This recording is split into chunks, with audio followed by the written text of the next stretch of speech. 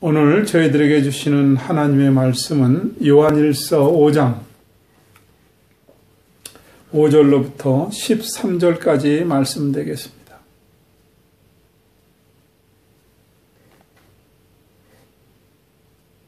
저는 입으로, 여러분은 눈으로 말씀을 읽기를 소망합니다. 예수께서 하나님의 아들이심을 믿는 자가 아니면 세상을 이기는 자가 누구뇨? 이는 물과 피로 임하신 자니 곧 예수 그리스도시니라. 물로만이 아니요 물과 피로 임하셨고 증거하는 이는 성령이시니 성령은 진리니라. 증거하는 이가 셋이니 성령과 물과 피라. 또한 이 셋이 합하여 하나이니라. 만일 우리가 사람들의 증거를 받을진대 하나님의 증거는 더욱 크도다. 하나님의 증거는 이것이니 그 아들에 관하여 증거하신 것이니라. 하나님의 아들을 믿는 자는 자기 안에 증거가 있고 하나님을 믿지 아니하는 자는 하나님을 거짓말하는 자로 만드나니 이는 하나님께서 그 아들에 관하여 증거하신 증거를 믿지 아니하였음이니라. 또 증거는 이것이니 하나님이 우리에게 영생을 주신 것과 이 생명이 그의 아들 안에 있는 그것이니라. 아들이 있는 자에게는 생명이 있고 하나님의 아들이 없는 자에게는 생명이 없느니라. 내가 하나님의 아들의 이름을 믿는 너희에게 이것을 쓴 것은 너희로 하여금 너희에게 영생이 있음을 알게 하려 함이라. 아멘. 기도하고 말씀 나누겠습니다. 하나님 아버지, 이 부족한 종을 자비로운 손길로 덮어주시고 허물과 약함도 가려주셔서 하나님의 말씀이 권세 있게 증거되게 하여 주시옵소서. 말씀을 통해 거듭남이 무엇인지, 구원의 은혜가 무엇인지 깨달아지는 시간 되게 하여 주옵소서. 예수님의 이름으로 기도하옵나이다. 아멘.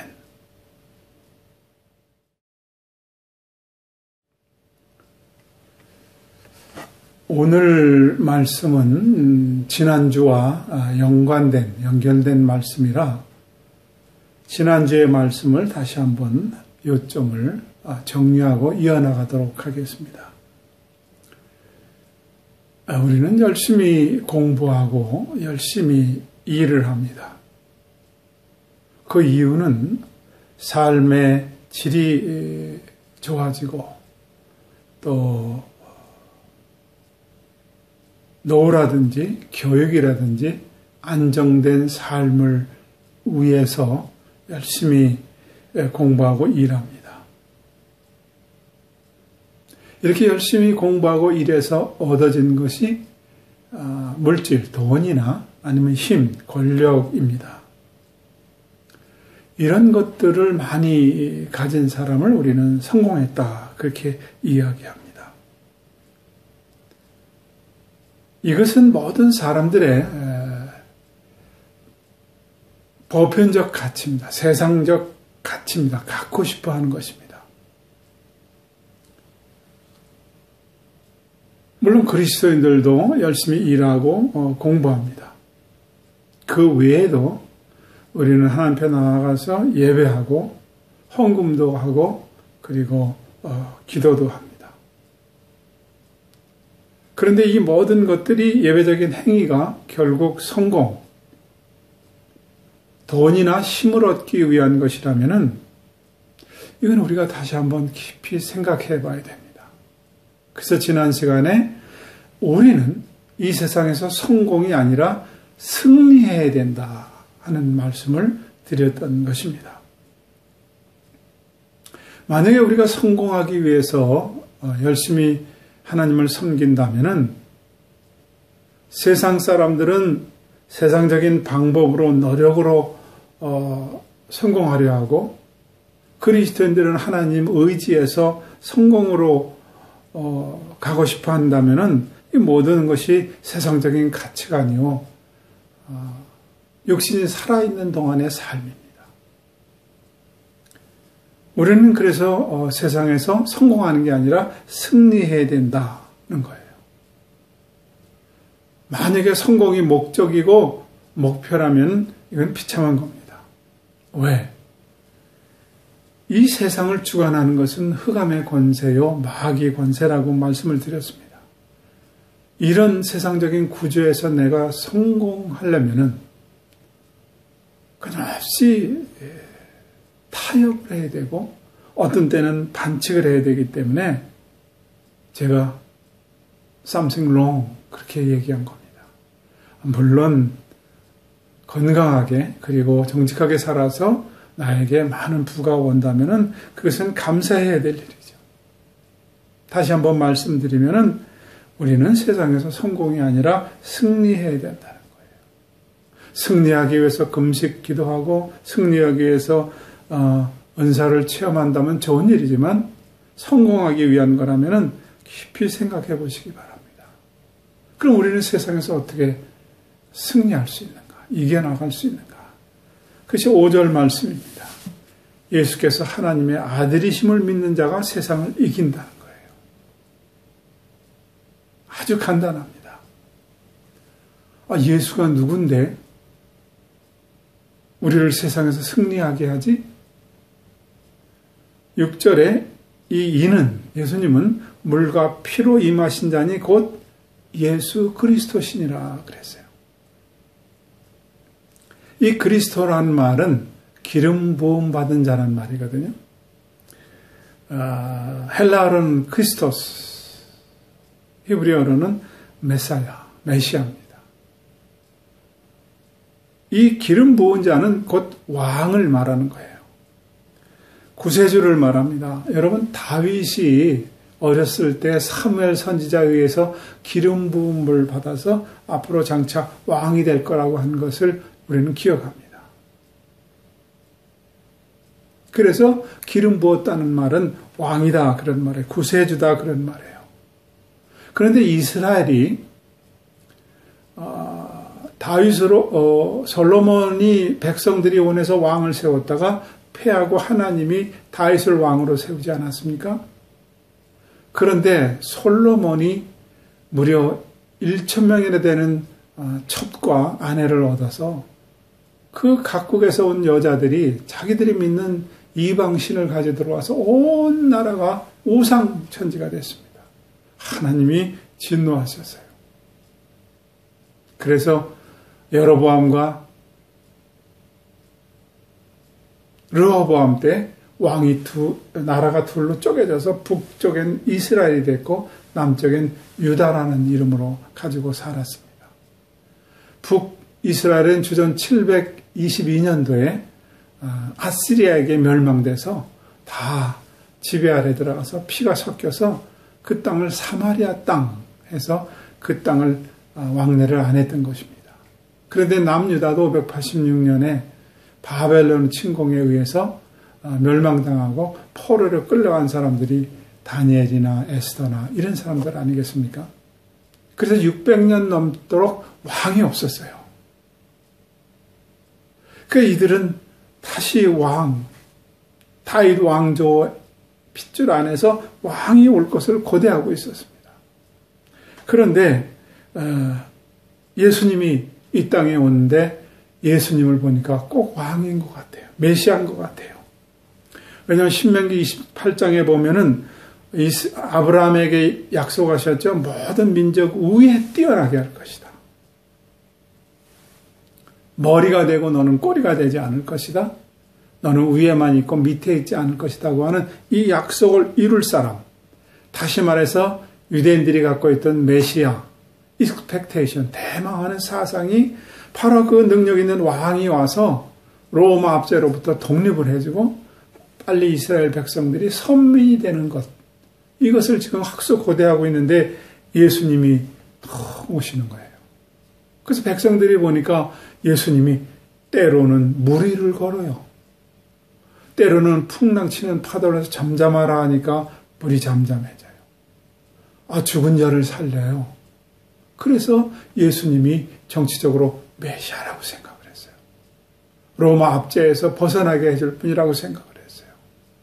뿐만 아니라 각종 병자를 치료하세요.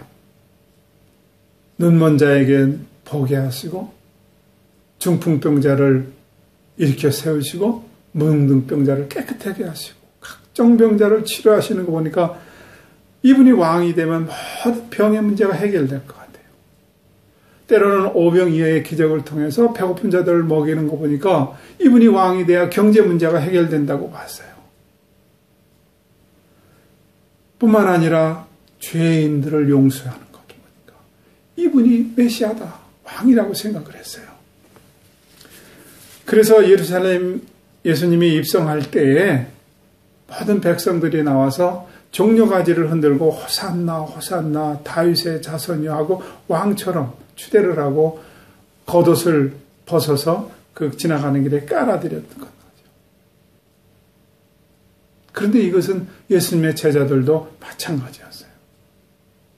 예수님이 왕이 되면은 한 자리 차지할 생각을 했어요. 특별히 야고보 요한의 엄마는 당신의 나라가 임하실 때에 하나는 오른쪽, 하나는 왼쪽에 앉게 해달라고 그렇게 청한을 할 만큼 예수님이 왕이 될 것을 생각했어요. 예, 왕입니다. 그런데 이스라엘 왕뿐만 아니라 만왕의 왕이셨어요. 이 당시에는 한 사람 예수를 지칭해서 왕이라고 하는 것은 대단히 위험한 고백이었어요. 이것은 대단히 두려운 고백이었어요. 왜냐하면 로마의 가이사 황제가 왕이었거든요. 그런데 다른 왕이 어떻게 있을 수가 있어요? 이것은 죽임을 당하는 일이었어요. 또 헬라의 철학이 정신세계를 지배할 때인데 헬라 철학에는 어떻게 신이 인간이 될 수 있느냐. 이건 저급한 일이다. 신은 적어도 인간이 될 수 없다는 그런 생각으로 가득 철학 사상이 꽉 머리를 지배할 때예요. 유대교에서는 하나님이 어떻게 인간이 되냐. 불경스럽다. 유대 공동체에서는 쫓겨날 일이었어요. 다시 말씀드리면 가이사만 왕인데 왕이 또 있어? 신이 어떻게 인간이 돼? 신이 어떻게 저급하게? 이건 불경스러운 거야. 그래서 예수를 그리스도로 고백하는 것은 엄청난 일이고 핍박을 당하는 일이고 유대 공동체에서는 쫓겨나는 일이고 죽임을 당하는 일이었거든요. 그런데 이렇게 신앙 고백을 한 그 사람이 세상을 이긴다는 거예요. 세상을 이기는 것은 돈이나 권력이 힘이 아니라는 거예요. 근데 그 예수님이 오늘 물과 피로 임하셨다 그랬어요. 물은 예수님의 물 세례를 말하고 피는 예수님의 십자가를 말하는 거 아니겠습니까? 예수님이 세례를 받으실 때에 하늘에서 음성이 들렸어요. 세례 요한에게 세례를 받으려고 나오니까 세례 요한은 예수님이 누군지 알잖아요. 길을 예비한다고 얘기했거든요. 그분의 신뜰매도 자기는 풀기 어렵다고 들기도 어렵다고 얘기했거든요. 근데 나와서 세례 요한에게 세례를 받으려고 오시니까 마태복음 3장 15절에서부터 17절 사이에 보면은 요한이 안 된다 그랬어요. 그랬더니 예수님이 요한에게 지금은 이렇게 하는 것이 하나님의 뜻이다. 그리고 세례를 받을 때 올라오실 때 하늘이 열리고 17절에 보면은 하늘로서 소리가 있어 말씀하시되 이는 내 사랑하는 아들이요 내 기뻐하는 자라 하시니라 그랬어요. 예수님이 왜 세례를 받으세요? 세례는 죄인만 받는 것이거든요. 그런데 하늘에서 내 사랑하는 아들이라고 소리가 들렸어요. 그런데 하늘에서 내 사랑하는 아들이라고 하는 이 소리가 또 들린 적이 있어요. 예수님이 변화산에 올라가서 얼굴이 해처럼 변할 때 그곳에는 모세와 엘리야가 있었거든요. 그때 베드로가 여기 초막셋을 짓고 그냥 여기서 그대로 삽시다 할 때 하늘에서 소리가 났습니다. 마태복음 17장 5절 말할 때 호련히 빛난 구름이 저희를 덮으매 구름 속에서 소리가 나서 가로되 이는 내 사랑하는 아들이요 내 기뻐하는 자라 너희는 저희 말을 들을지어라 그랬어요. 그런데 하늘에서 음성 말고 땅에서도 이 말을 한 사람이 있어요. 바로 백부장이었어요. 마태복음 27장 54절에 보면은 백부장이 이런 고백을 합니다. 백부장과 및 함께 예수를 지키던 자들이 지진과 그 되는 일들을 보고 심히 두려워 가로되 이는 진실로 하나님의 아들이었다.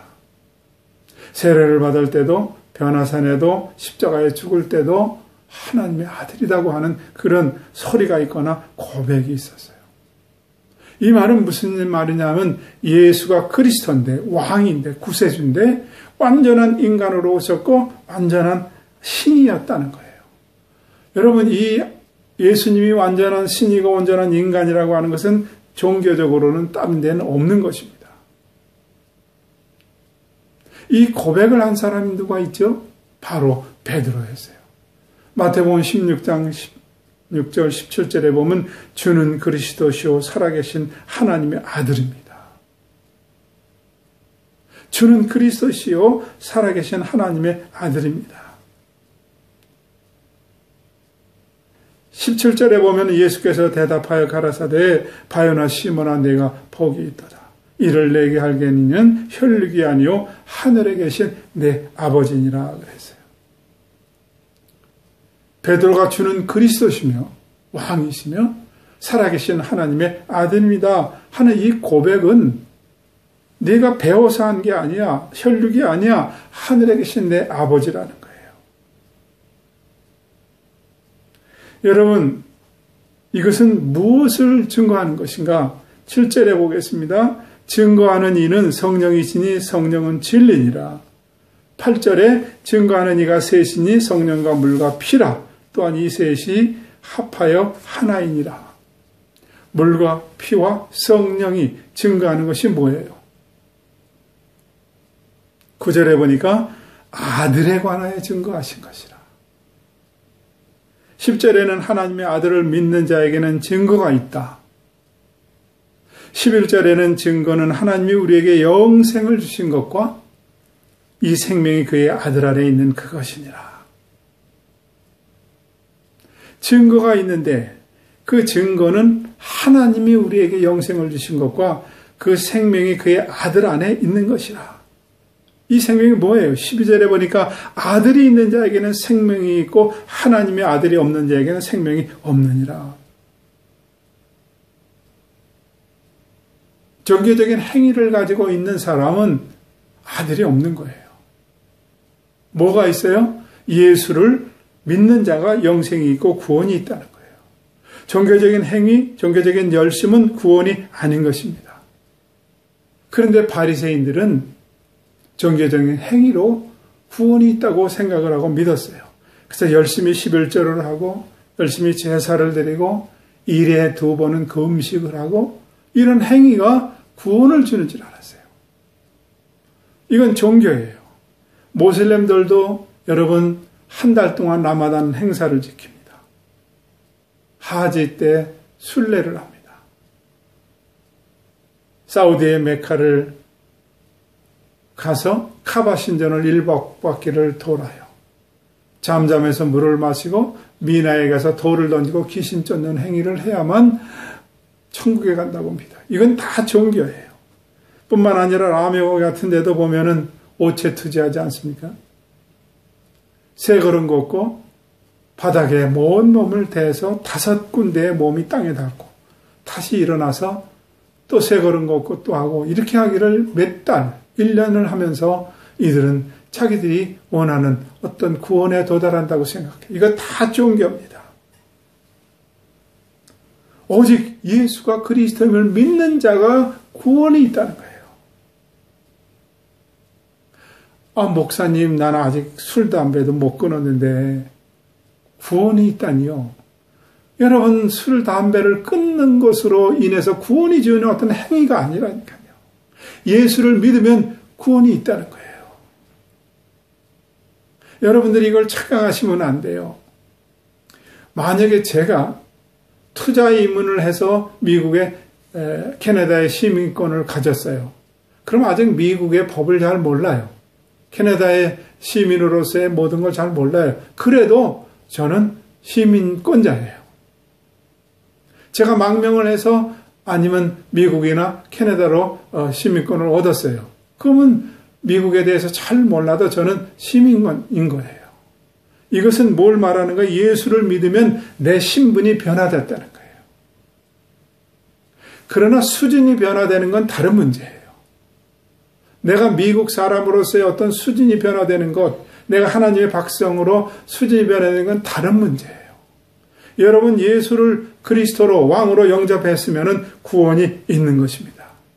여러분, 그래서 에베소 2장 8절에 보면은 너희가 그 은혜로 인하여 믿음으로 구원을 얻었나니 이것이 너희에게서 난 것이 아니요 하나님의 선물이라 그랬어요. 구원은 전적으로 하나님의 은혜입니다. 내 노력이 아니에요. 다시 한번 읽어드립니다. 너희가 그 은혜로 인하여 믿음으로 구원을 얻었나니 이것이 너희에게서 난 것이요 하나님의 선물이라.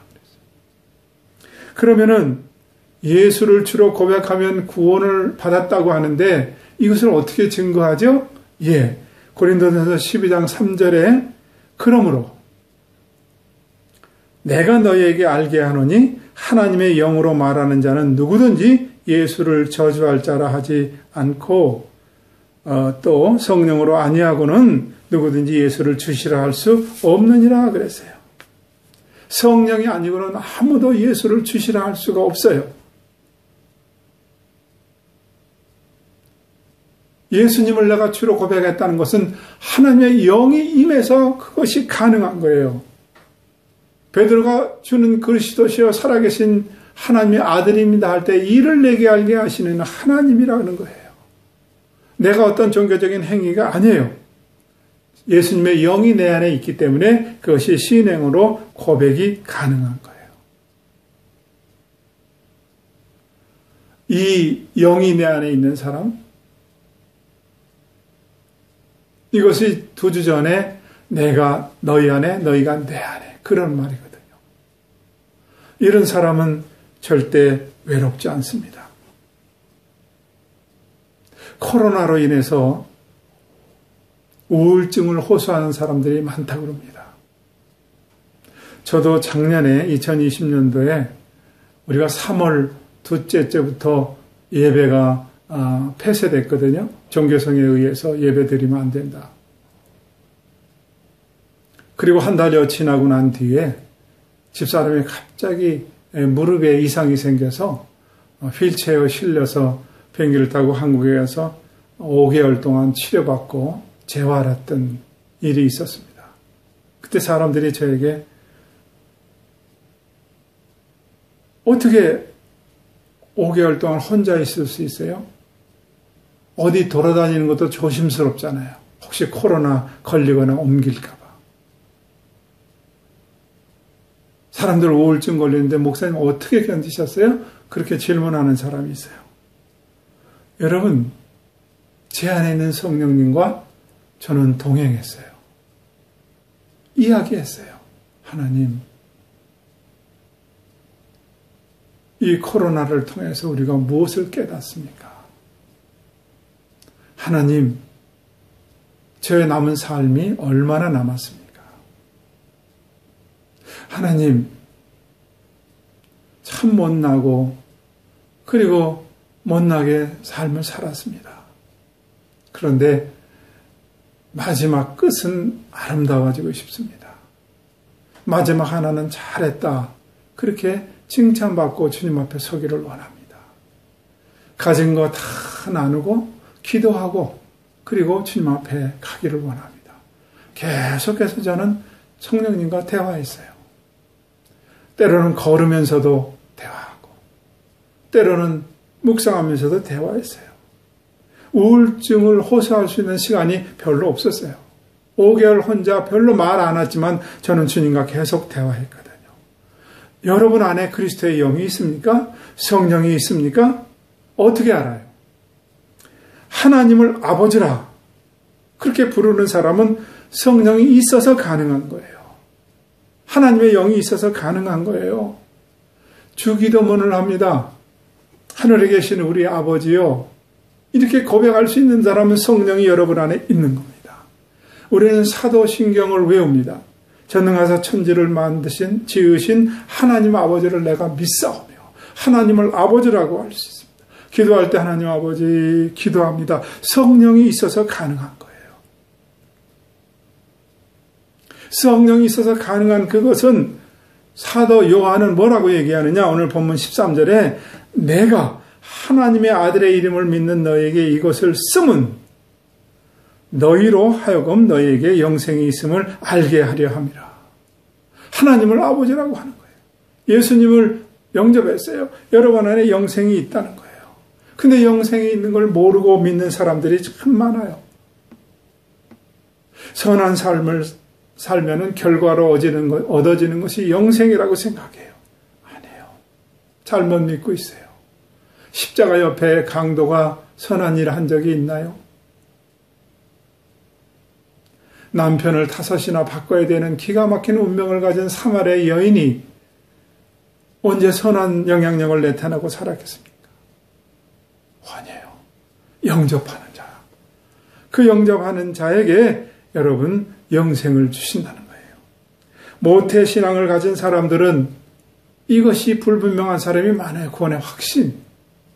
여러분 언젠가도 말씀드린 것처럼 감리교를 창시한 요한 웨슬레이 생각해 보세요. 영국에서 가난한 목사의 15번째 아들로 태어났습니다. 엄마의 철저한 신앙교육으로 반듯하게 자랐고 대학에서는 신성클럽을 세워서 만들 만큼 그렇게 아주 반듯한 사람이었어요. 절차에 따라서 신학을 공부하고 목사 안수를 받고 미국의 선교사로 파송했는데 아무것도 이루지 못하고 철저하게 실패하고 돌아옵니다. 돌아오는 뱃속에서 보는데 파도가 치고 죽을 것 같아서 두려움에 가득 찼는데 모라비안 성도들이 모여서 찬송하는 걸 보고 깜짝 놀랐습니다. 저 사람들은 어떻게 저렇게 할 수 있는가? 그리고 그가 영국으로 돌아가서 변화를 받아요. 구원의 확신에 대해서 인지하고 그가 시작된 것이 바로 감리교회 아니겠습니까? 로마서 8장 15절 16절 말씀합니다. 너희는 다시 무수하는 종의 영을 받지 아니하고 양자의 영을 받았으므로 아바 아버지라고 부르짖느니라. 성령이 친히 우리 영으로 더불어 우리가 하나님의 자녀인 것을 증거하는 거예요. 갈라디아서 4장 6절에도 너희가 아들인 거로 하나님이 그 아들의 영을 우리 마음 가운데 보내서 아바 아버지라고 부르게 하셨느니라. 하나님 아버지 기도할 수 있는 사람은 자녀만 가능하잖아요. 하나님 아버지 할 수 있는 것은. 여러분은 하나님의 자녀인 것입니다. 하나님의 자녀가 세상을 이길 수 있고 하나님의 자녀에게만 영생이 있습니다. 죽음을 어떻게 이겨나갈 수 있어요? 우리는 안 돼요. 그리스도의 영이 있으므로 그것이 가능한 거예요. 부활하신 주님의 그 영이 내 안에 있으므로 가능한 거예요. 사도 요한은 너에게 왜 영생이 있음을 알려주는가? 영생이 있는 자는 여러분 인생 100년에 연연하지 않습니다. 반칙해 가면서 이 세상에서 성공하려고 연연하지 않습니다. 승리하기 위해서. 영생이 여러분 안에 있습니까? 멋있게 사세요. 신나게 사세요. 하나님의 아버지잖아요. 우리는 영생이 있잖아요. 그 뭐가 두려워요? 열심히 도전하고 열심히 멋있게 살아보세요. 하나님이 함께 할 것입니다. 이 말씀이 여러분과 함께 하시기를 주님의 이름으로 축원합니다. 기도하겠습니다. 하나님 아버지, 저희 같은 것이 하나님의 자녀라니요. 저희 같은 자들이 영원히 죽지 않는 영생이 있다니요. 감사합니다. 요한이 이것을 쓴 것은 너에게 영생이 있음을 알게 하려 하시는 이 말씀을 붙들고 세상을 신나게 멋있게 살면서 선한 영향력을 세상에 나타내는 우리 모두가 되게 하여 주시옵소서. 예수님의 이름으로 기도하옵나이다.